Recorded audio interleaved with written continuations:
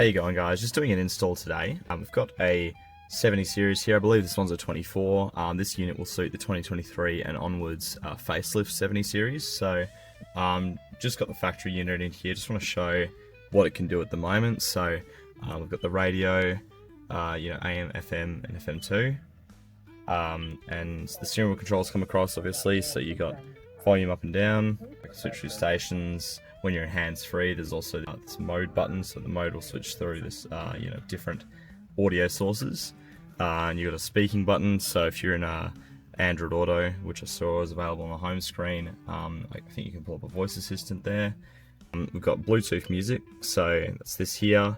That works okay.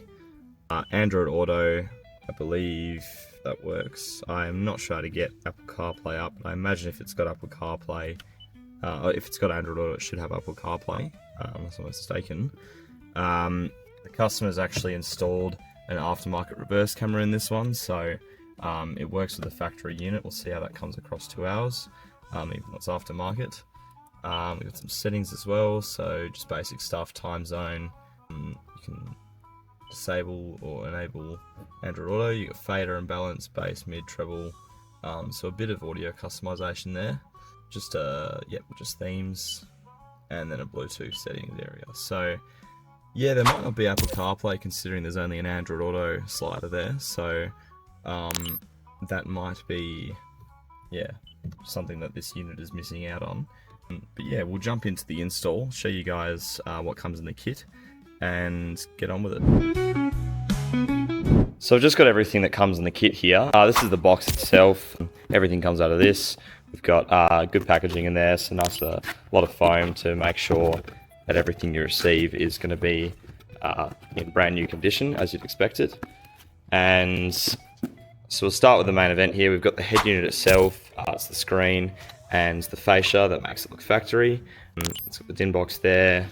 And next up we've got the main harness. So this is what's designed to grab all of your factory plugs that are needed and then transfer them across to our unit. This is the, every unit we sell, pretty much the M series has this screen, but the two unique things are the fascia and the wiring harness for the main part.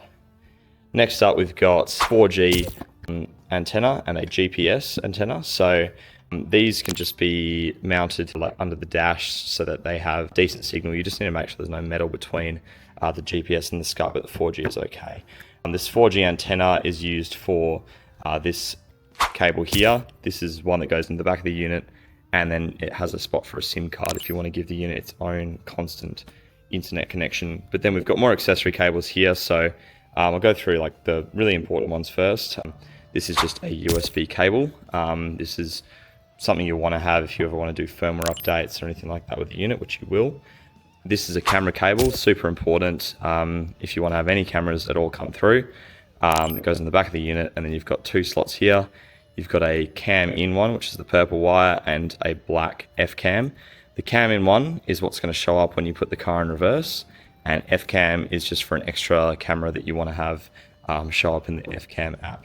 Now this here is just a Wi-Fi and Bluetooth antenna. It just increases the strength of the signal a little bit. You just plug this in, and you can just let this dangle anywhere pretty much back there.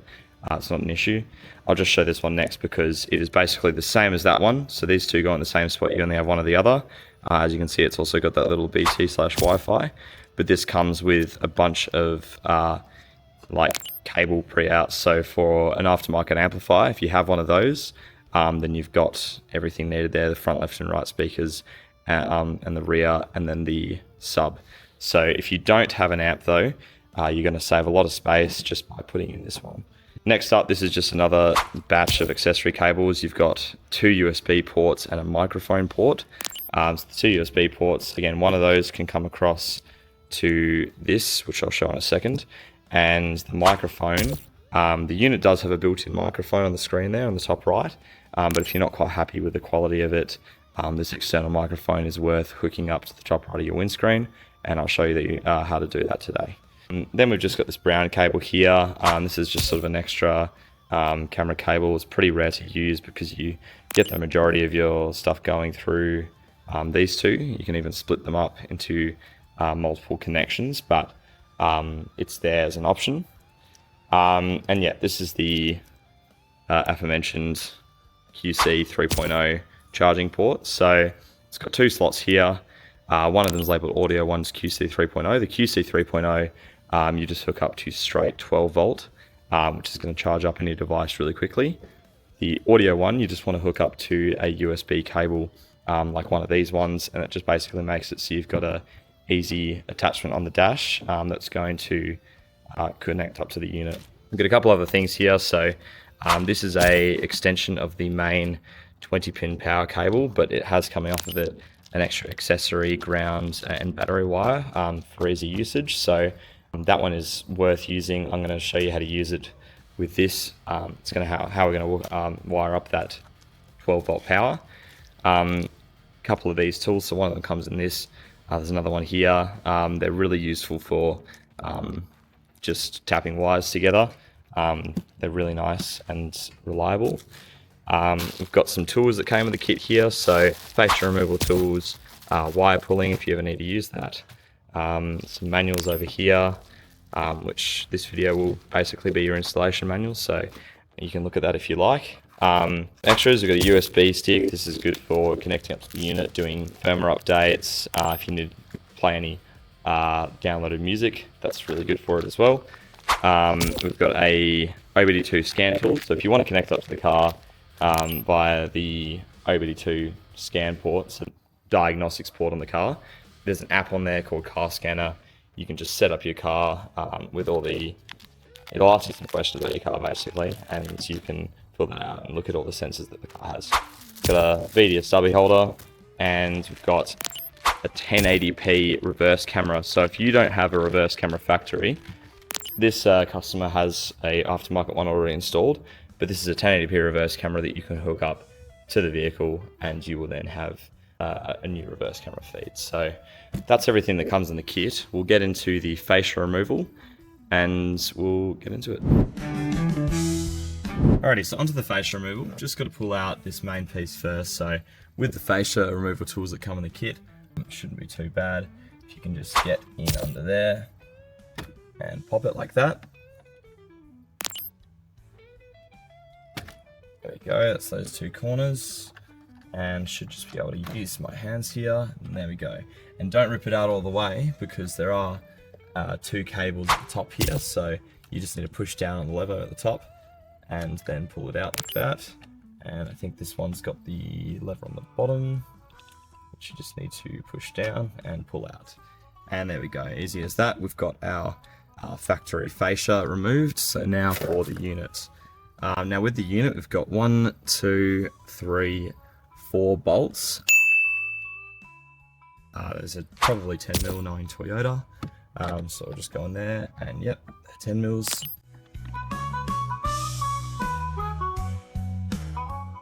So that's the first one.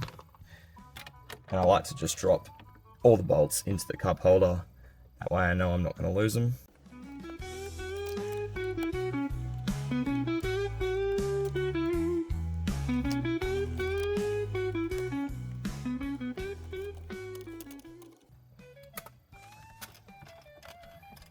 And there we go. So that's all 4 bolts removed, and now it just slides out extremely easy. And as you can see, we've got a few plugs in the back, only 4, so we'll just remove those one by one. Again, lever down and pull it out.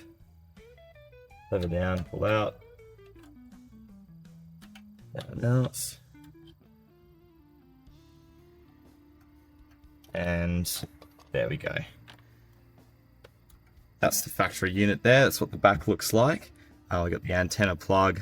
These are usually the 2 sort of power ones. And then that might be like amplifier stuff there. Just a few different functions on those. So there we have it.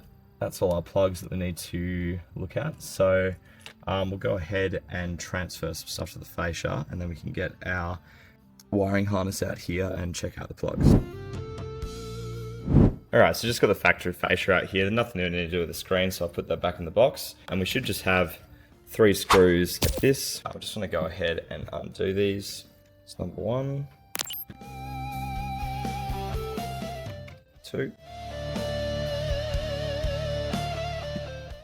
and 3. So this whole thing just comes off as one, and there we go. That's all we need. And then finally, there's just these 2 clips, which I'll grab a screwdriver to remove in a second, but put that aside for now and grab the unit, which I'll just keep like so. And we can just slot this back in place. There's the exact guide poles there that you need. And we can just screw it all in.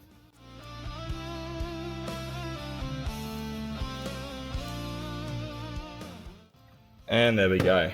So there's our new unit, and as you can see, we've got everything in it like it had before.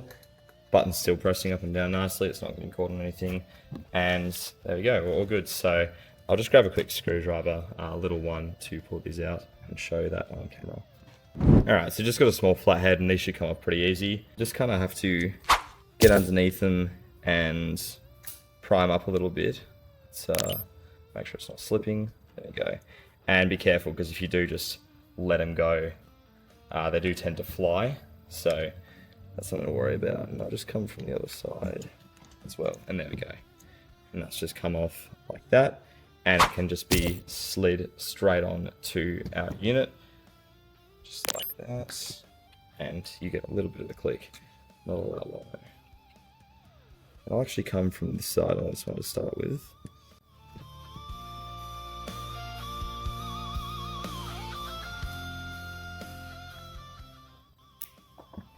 There you go. That one tried to fly, but I blocked it. And I can just slide it on to the new unit. And there we go. That is what it should look like once everything is transferred across. And we are ready to start wiring up the main harness. Alright, so back in the car now, and I've brought the main harness with me. And as you can see, there's a ton more plugs on this than there are on this. So we only need to use what can go in. So basically just need to look at these one by one and match up whatever's going to fit. So, I mean, straight away you can see this one here is going to fit that radio plug. So just snap that into place. It's all good. Does this one match? That is the one that says Toyota power cable. And these can only go into one thing, so don't worry about plugging in something wrong. As long as you're not bending any pins or anything, if it doesn't feel like it's going in nicely, just take a look at the pins and make sure that they are all still nice and straight. If they're not, just sort of bend it back with a screwdriver or a fascia tool, and then it should go in nicely. So that's all the plugs. These 2, if you remember, actually do go into the little clock and hazard button, so we'll leave those. And then what I've got left here, I've got this 5-pin, which are usually like camera related, but we'll see how this goes with however this factory or this aftermarket one was hooked into the factory. This camera, this plug here, sorry, and then these 2 here were not used for anything. So there we go. Alrighty, now that that's in, we will cut to the next step. Hey guys, so fairly big cut here because I've actually spent quite a bit of time trying to get this aftermarket camera working. It was an auto chimp one, and it hooked straight into the factory head unit. But what we had to do was essentially grab the 4-pin. So the auto chimp one comes with this 4-pin. This goes straight to the auto chimp camera. And it's designed like a Toyota camera plug, so our unit does have a slot for it. The only problem was our unit wasn't supplying it any power, so what I had to do for that was identify on this factory, or these factory plugs, basically which one of these pins was giving it 12 volts when the car was in reverse, and it was this red one here. So I had to basically tap in a wire into our side of the harness and hook it up to the reverse in, so that powers the camera and goes into reverse when the car is in reverse. In future we'll just have this made automatically, but in case you have an aftermarket camera like that and you can't figure out why it's not going into reverse when you put the car in reverse, it's likely that, and that's the pin that needs to be transferring its 12 volts across to our reverse in cable like that. So that's all working now. And yeah, another thing, so just continuing with the regular install now, the amp connector is basically just the antenna power. You'll notice there's a couple of these black plugs that have AmpCon on them. If you follow them back to this plug here, you'll see there's these two blue ones. These are the two different ones. And just follow them and see whether they actually go to anything. If they go to something, that means you need to get the antenna power and plug it into the other side that goes into our black plug here. So that into that. Ours doesn't actually have any here, and I tested the radio was working fine. So it'd probably be fine to have that unplugged. I just plugged it in anyway. And yeah, that should be everything. So then other stuff you need to look at is this is our camera plug. So what I like to do straight away is just grab, okay, so we've got the two different cam ins here on the main harness, cam in and cam in. So these are both for reverse feeds. Just need to see which one of them is actually going to a plug that's being used. So in my case, it's this one, because this other one here is going into this plug, which is doing nothing. So that's not going to do anything if I plug it in. So I just plug that into our purple cam in, and then that's going to be giving reverse signal when I plug it into the car. And next we'll go and install our USB ports. Alright, so to install the USB rocker panel switch, we basically need to remove one of these blank panels down here. And to do that, it's a lot easier to actually pull this whole bottom section off rather than try and pull it out from the front. It's nearly impossible. So there's basically just two 10mm bolts at the bottom left down here and bottom right. And once you got them out, you can just kind of try and pull this out. There's a couple clips at the bottom. You can use your hands up at the top as well. But I'll get that out of the way. And there we go. It should be pretty loose. Now, it's going to be pretty hard with the gear stick in the way to actually move this. I might actually just put the car on without starting the engine and move the gear stick down so I can actually pull this out. And there we go. So I put the car on and I put the gear in drive. Once again, make sure you do not start the engine when you do this. So I should be able to pull this out far enough now. And as you can see, there's a few buttons down here that have been wired in. So I'll just unplug them for now, just so I can have easier access to those bottom ones, because otherwise these are going to be fairly in the way.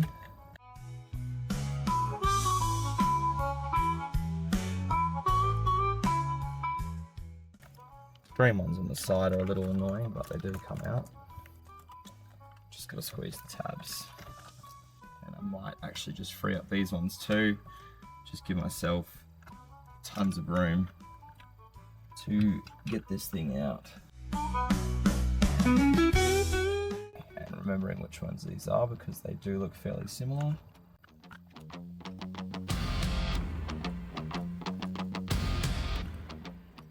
Now that's attached to that via some kind of peg.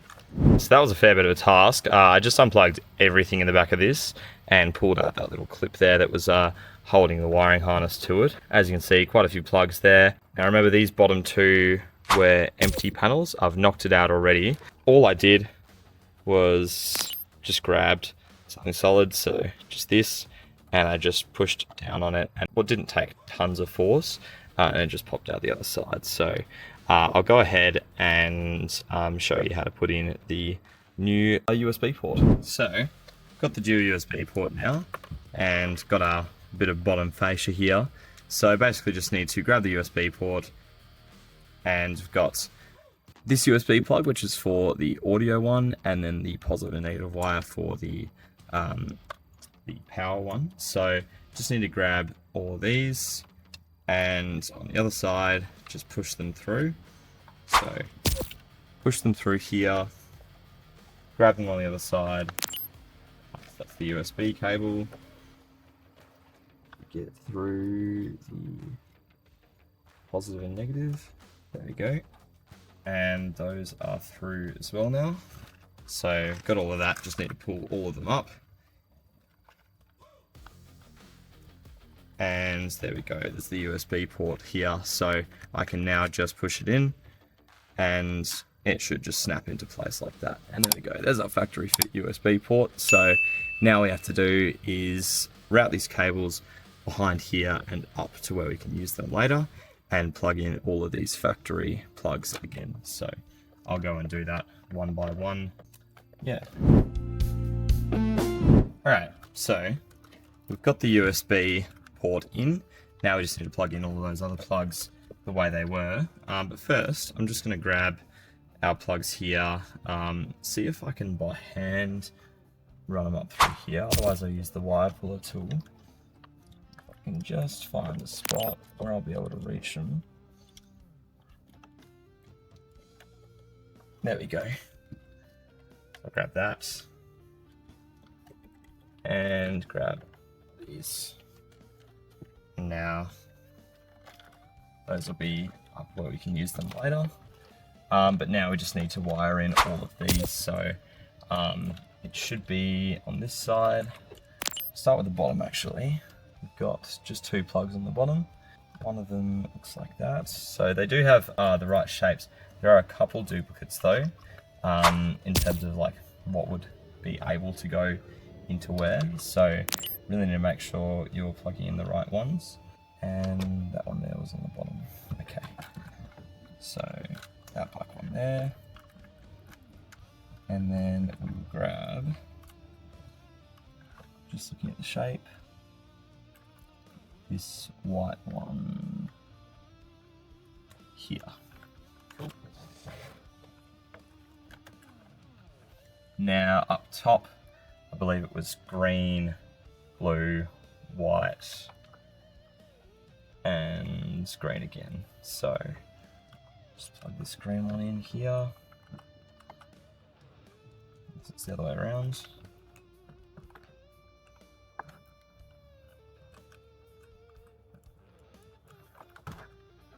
Just plug.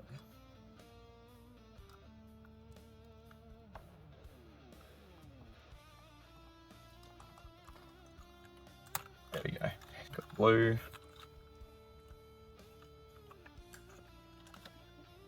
White. And then this other green, which is hiding back there.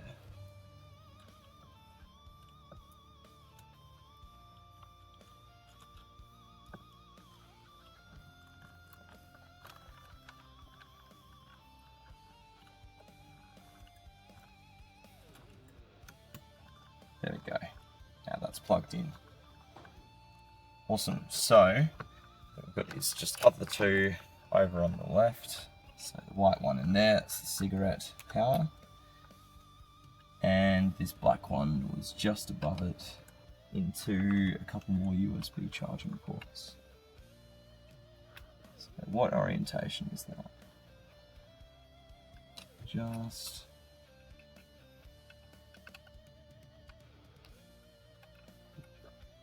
don't know why those are strung together.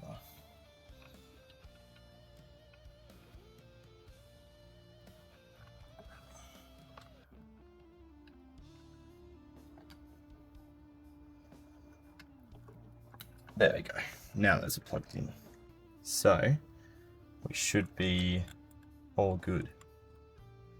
Now I'll go ahead and just push this back in. So I've just pushed the actual fascia here back in and done 2 bolts back up. But now we should have that there. Everything's plugged back in the way it was. And we also have these 2 sets of wires basically. So what we need to do with them. So first off, the easy one, I'll just grab one of our USB cables. All you have to do, USB into USB, and then maybe a bit of tape just so it's definitely going to sit there tight and it's not going to have any issues in the future. So I'll leave that there for now. But then we've got the positive and negative wire here. So we want to hook that up. What I'll do is I'll just grab the wire stripper and I'll show you what we've got for our kit here. Alrighty, so these wires are already like semi-stripped, but I like to just grab a little bit more, just that definitely got a ton of contact. So there we go, just pop off a bit of that. And this one here, just grab a bit of that off as well. Cool. So with our newly stripped wires, I'll go over and I'll grab, here we go. So when I was showing out the layout, we've got this QC 3.1 USB rocker panel wiring diagram. So this piggyback cable just makes this job super easy. because I'll show you all you have to do. So first up, grab one of the lever wiretapping tools. So all we do, I'll just pull up a orange side and a blue. There we go. So you can put the positive into the orange, just like so, and let the wire snap down. It's nice and snug. And then the blue one as well.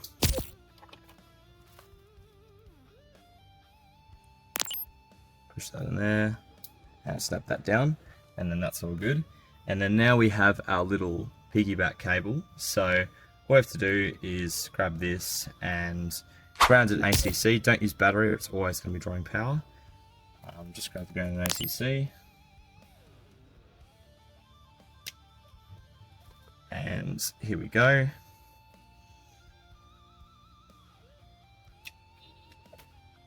Now we can hook these up to the orange and blue once again. So ACC into orange.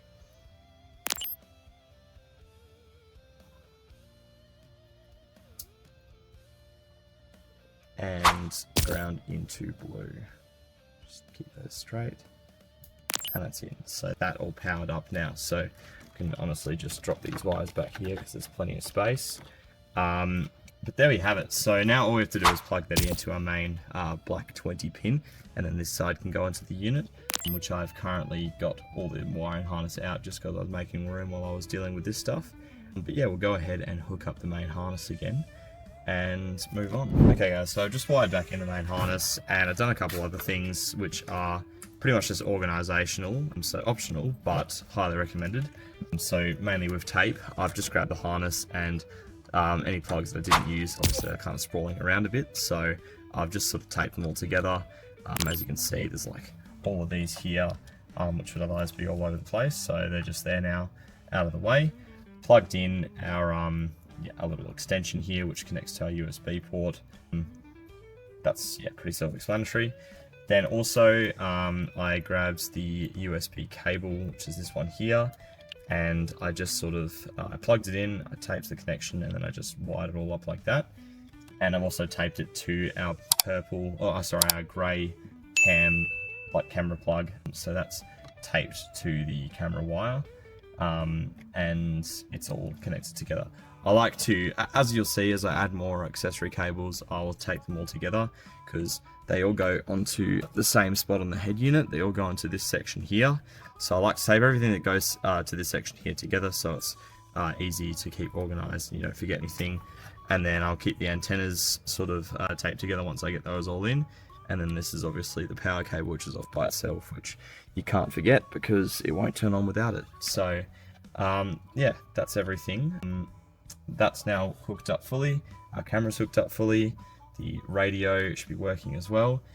Now I'm just going to get our optional stuff hooked up. So I'm going to get the microphone hooked up in the top right, likely, and I'll see if I can get the extra cables. So the extra 2 USB cables and the SIM card hooked up inside the glove box. And we'll show you how to do that. Alright, so I've just opened the glove box, and there's this gap down here. You can kind of just push through the wire routing tool and just feel around until you can get it up to here. But what I'll do is I'll start with our large one here. So this has got the 2 extra USB ports and the microphone. So what I'm going to do is unravel it here, grab this end, and just push this into there, and I'll go under the microphone like that. It's nice and easy, and just push that through. And now I can pull this up. Might take a bit of wriggling back and forth.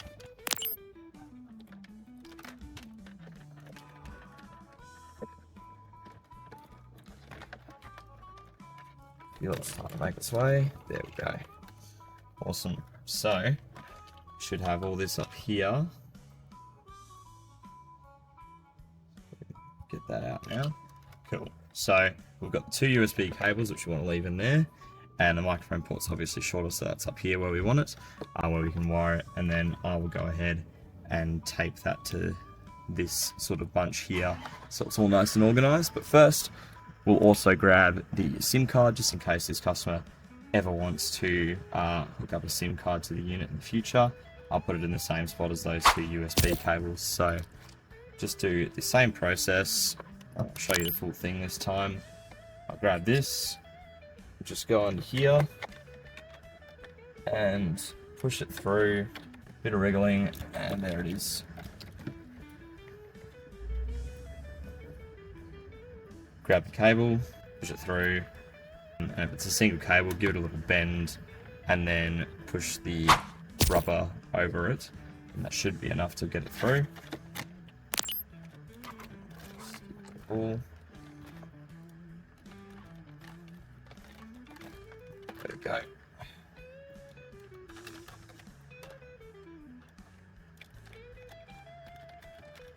Wriggle, there we go.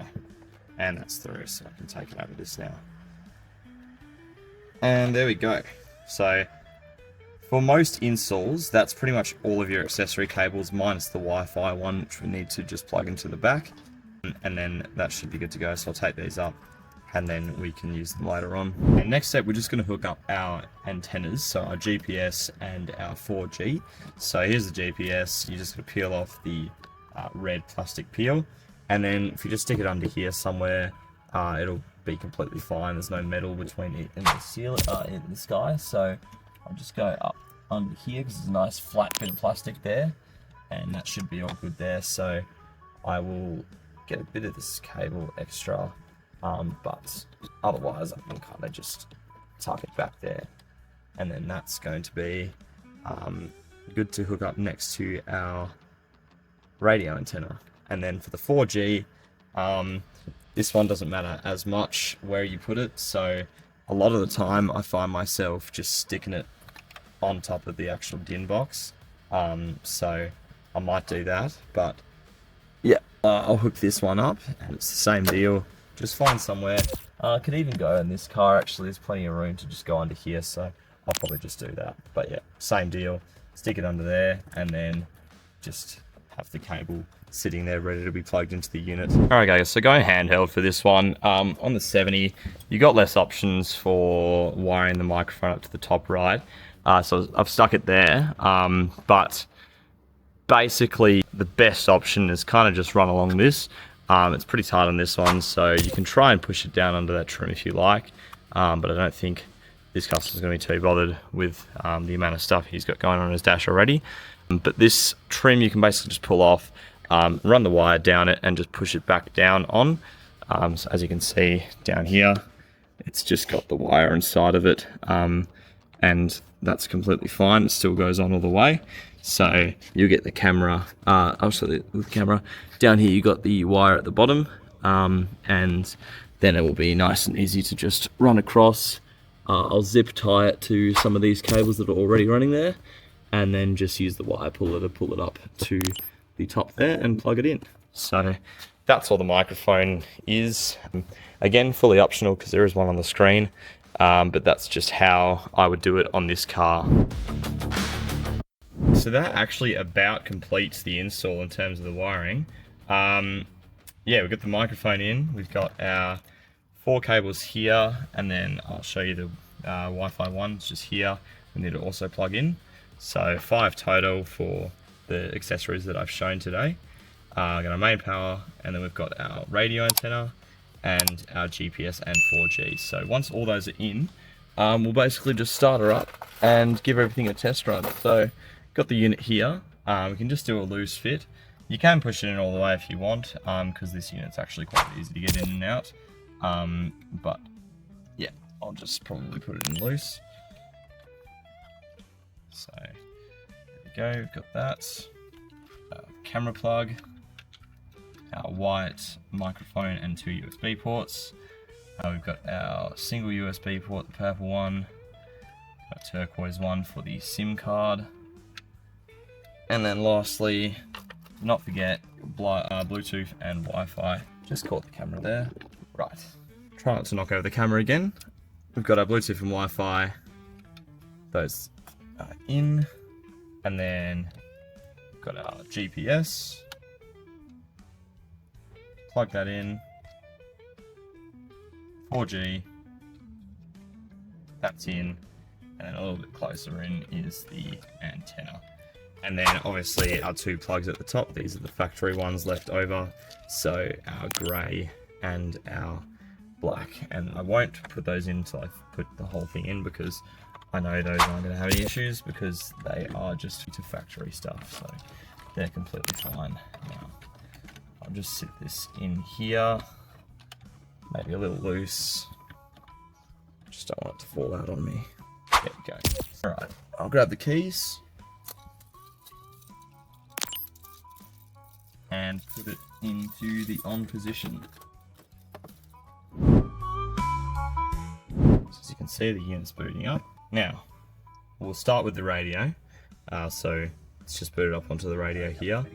In here we're getting a station. Odds are when you first start the unit, it won't be programmed yet, so you have to hit the magnifying glass button for it to go through and find everything. Otherwise, these buttons just automatically find the next real station. So volume up and down. Get ready to explore a world where puppetry, nature, turn down the volume. Much more. Now your steering wheel controls probably won't work straight away either. You have to set them, so I set it when I was testing earlier. So you just go to settings, car infotainment, SWC, tap on a button so the volume up and down, it'll start blinking, and then just press the button on the steering wheel that it corresponds to, and you should be getting all the buttons working properly instantaneously as well. Now I'll go in reverse, make sure that that's coming up properly. So there's our rear camera, same as before, just had to do a bit of special wiring, which is not going to be usual, but that's okay. So then I'll go on to GPS test, and the first time you boot up the unit, the GPS might take a while to actually figure out and find all the satellites. As you can see, it started finding satellites, so that's enough for me to know that it's working properly, but it might take a few minutes before it finds enough to actually give you an accuracy reading, and then that will update the time on the unit to be correct to your area as well.